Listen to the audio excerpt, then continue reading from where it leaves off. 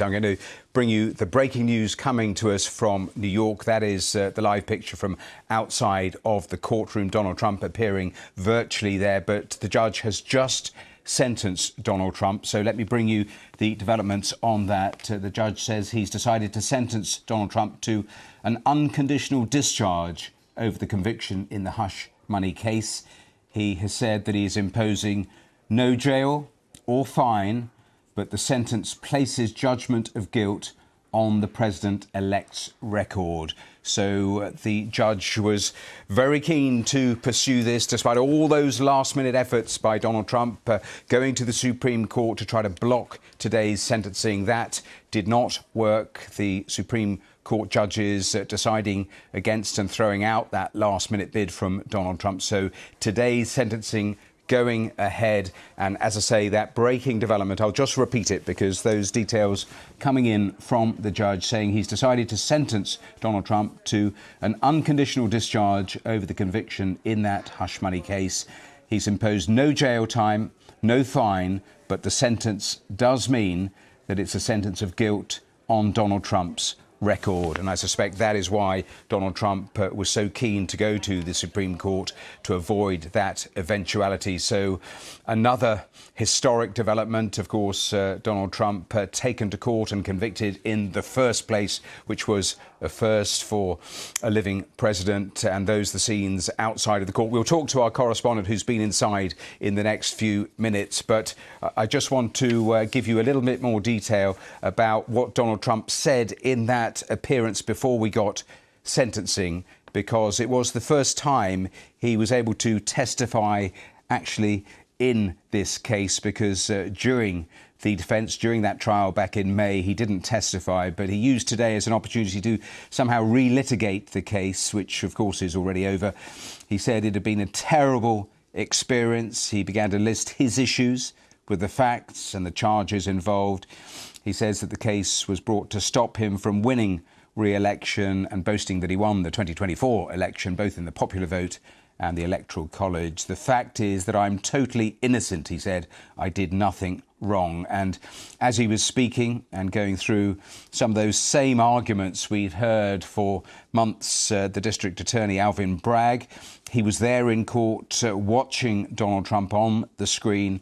He was sitting there in the second row of the courtroom and chuckled just ever so slightly when Donald Trump claimed that the district attorney himself did not want to even bring this case against him. And as I say, during the trial, you may remember in many of the breaks from court proceedings, Donald Trump had directly attacked Alvin Bragg, but this the first time to address those comments directly to him. And he wrapped up several minutes of self-defense by once again highlighting his election win and also claiming that the justice system had been weaponized, called it lawfare, a phrase he had used several times before.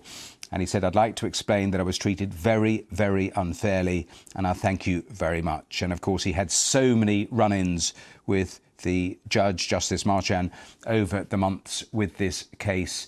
And of course, he was convicted back in May. And of course, it's taken all of this time to get to this stage, the sentencing stage.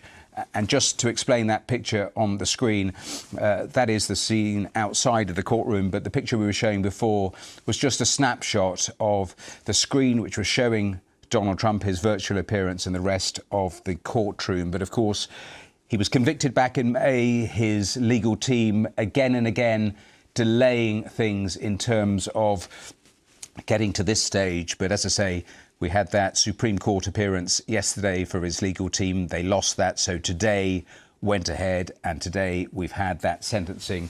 And if you're just joining us, as I say, the judge saying he's decided to sentence Donald Trump to an unconditional discharge. No jail time, no fine, but the sentence remains on record. Neda Tawfik is there. She's just come out of the courtroom, so let's bring her in. And Neda, just describe what that moment was like. Well, Matthew, look, this was Judge Marchand doing what he said he would, sentencing Donald Trump to unconditional discharge on all 34 counts. And this essentially means that he will have the guilty verdict on his record. He is formally a felon, but that he will face no punishment whatsoever, no jail time, no probation, not even a fine. And Justice Marchand said that this was essentially the only lawful sentence he could give without encroaching on the highest office of the land. He said that never before had the court had to deal with such a unique set of remarkable circumstances. And he kept it relatively brief. Then essentially, after giving the sentence, wishing Donald Trump Godspeed as he assumes his second term. What was interesting is we really saw more from prosecutors, a real rebuke of Donald Trump's attitude throughout this trial. Let's not forget that he was held in contempt of court 10 times for violating gag orders that prevented him from attacking the jury, court staff, court family members. And Donald Trump, prosecutors said, had really showed remarkable disdain for the judicial system that they said has had a really lasting impact outside of the courthouse.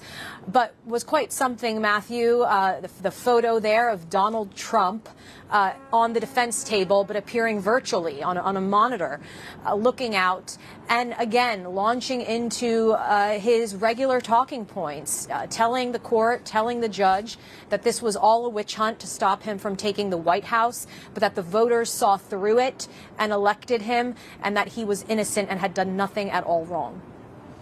And do I assume, Neda, that he will appeal against this decision at some later stage?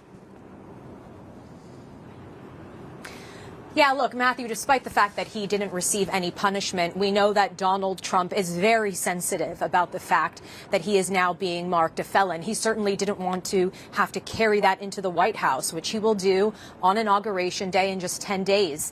He fought all the way to the Supreme Court to prevent this long-delayed sentencing with that appeal for an emergency relief to stay the sentencing.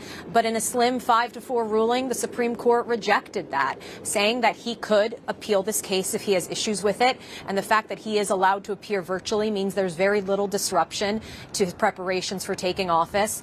And in reaction to that Supreme Court ruling, Donald Trump last night did say he will appeal this case. So we do expect that to be the next step here, again, because Donald Trump simply doesn't want to be labeled a felon. Neda Tawfik live for us there in New York. Thanks very much.